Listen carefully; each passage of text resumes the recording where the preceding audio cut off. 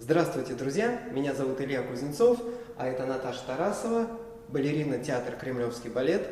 Сегодня мы вам расскажем про позиции и положение рук. Да. Хорошие позиции рук возможны только при правильной постановке корпуса. Говоря о правильном положении корпуса, мы имеем в виду верхнюю часть спины. Сейчас Наташа расскажет, как педагоги ее учили в детстве.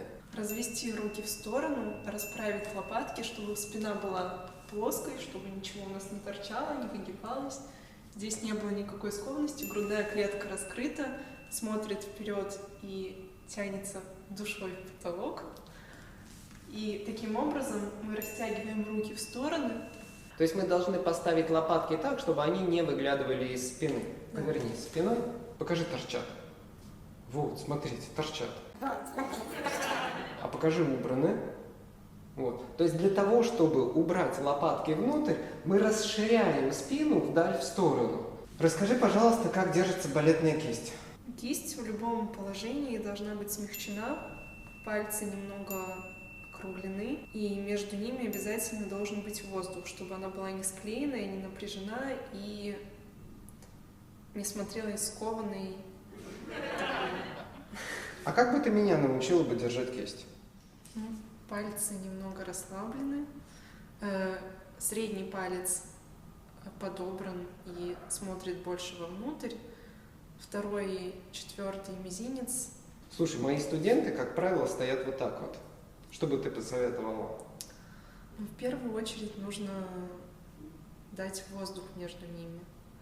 Потом средний палец немного подогнуть, мизинчик тоже расслабить, округлить, и большой палец подвести к первой фаланге среднего пальца. То есть большой палец не должен быть прикреплен к среднему, он должен быть свободным. Все пальцы свободны. Да, все пальцы. Соло, а ты как своих студентов заставляешь делать руки?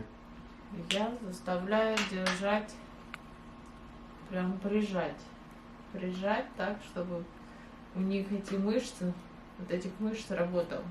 Потому что из-за того, что современные люди пользуются вот так, и они кисти держат вот. То есть у них такая кривая кисть они становится? Вот так держат, реально. Я говорю, уберите большой палец, это значит, они убрали большой палец. Да, и чтобы... Вот. Когда прижимаешь, тогда вот они начинают работать, эти мышцы. Свободно. Да, все пальцы свободные, и мизинчик тоже не должен находиться на одном расстоянии с четвертым пальцем. Чтобы кисть смотрелась элегантнее, его нужно немного отвести и не склеивать с четвертым. Нас учили сначала больше округлой форме, прям действительно она была округлая, а потом уже, когда я почти заканчивала школу, нас учили удлинять кисть. Да, в моем случае это тоже было удлинение больше, чем округлое. Да, чем округлое положение. Мне кажется, так рука в целом смотрится длиннее, и линии как бы вытягиваются. В подготовительном положении очень важно, чтобы руки были не слишком близко к ногам и не слишком далеко от них. Особенно часто эта ошибка встречается после того, как у нас происходит препарасьон. То есть задевать не должны? Да. Она должна проходить на небольшом расстоянии от ног и уже после этого подниматься в первую позицию. Первая позиция находится напротив желудка. Исправь меня, мое подготовительное положение.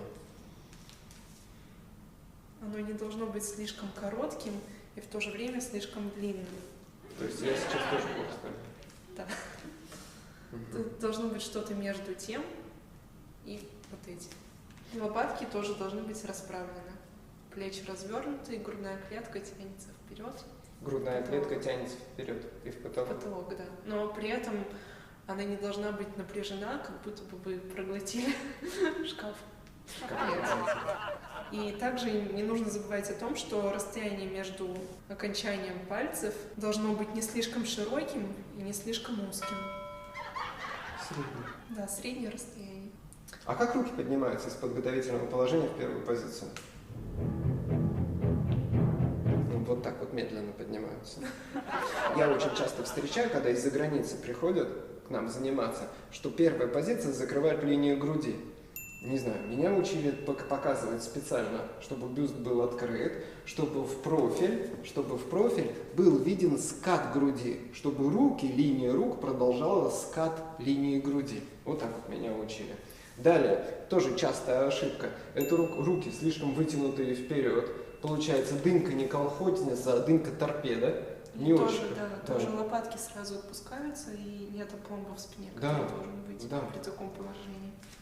То есть, по-своему, можно сказать, что если у вас лопатки стоят правильно, то вероятнее всего и первая позиция будет тоже неплохой. Да. Взгляд должен быть направлен наверное, Сквозь ладонь. Сквозь ладонь. Вдаль. Потому что если вы взгляд направите точно в ладонь, то в моем варианте у меня глаза косятся. Да, и глаза косятся, и, наверное, все-таки, когда... Вообще, я стараюсь в любом положении, в любом повороте и наклоне головы смотреть немного вдаль, потому что таким образом у нас удлиняется линия шеи, и грудная клетка смотрится красивее, и... И окружающие думают, что ты гордая и недоступная, боятся подойти поговорить с тобой. Да? Можно проплывать мимо. Следующее, что мы изучаем на уроке 1 класса, это третью позицию. Руки поднимаются. И вот смотрите, встань в профиль. То есть руки не точно над макушкой, а чуть-чуть перед собой. Да, меня учили, что для того, чтобы понять, правильное у тебя положение рук в третьей позиции или нет, нужно смотреть прямо и, не поднимая подбородка, приподнять глаза. И если ты видишь свой мизинцы своих рук, руки находятся в правильном положении. То есть они не будут затянуты слишком сильно и не будут слишком сильно выходить вперед. Именно только мизинец. Лопатки все так же расширяются в сторону, и надо держать спину так, чтобы они не выглядывали уголками из спины. Не выглядывали. То есть абсолютно плоские, абсолютно ровные. Поворачивайся обратно. Вторая позиция, на мой взгляд, одна из самых сложных, потому что здесь, опять же, эстетика и специфика чуть-чуть разные, все зависит от школы и даже от педагогов. Кто-то держит сильно округленную, кто-то завышенную, кто-то длинную руку, все держат по-разному. Как ты держишь руки? Вот так вот, видите, объяснила. Вот так она держит руки. Мне проще показать, чем Показывай. Обратите внимание, что Наташа держит так, что локоть как будто приподнимается наверх, лопатка опускается вниз, да, и линия слегка и постепенно снижается. То есть детям объясняют, капелька пота падает сухо и обязательно должна скатиться вниз. Значит, в некоторых школах принято держать руки почти параллельно полу. На мой взгляд, это ошибка. Тело сразу выглядит, фигура человека сразу выглядит укороченной. У второй позиции есть два положения: арунди и алонже.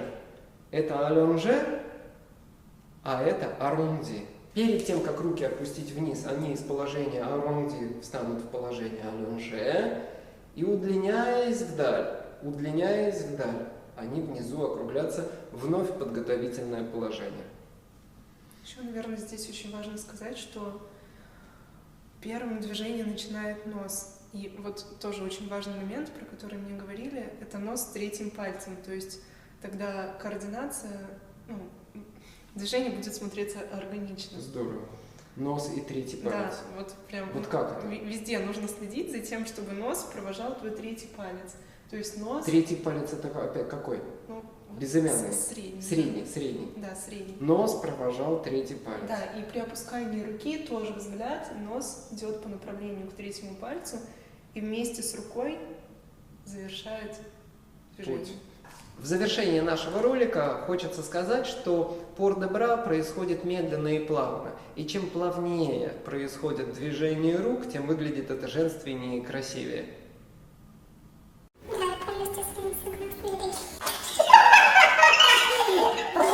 Друзья, если вам понравилось наше видео, поставьте лайк и комментируйте. Всего доброго, до свидания.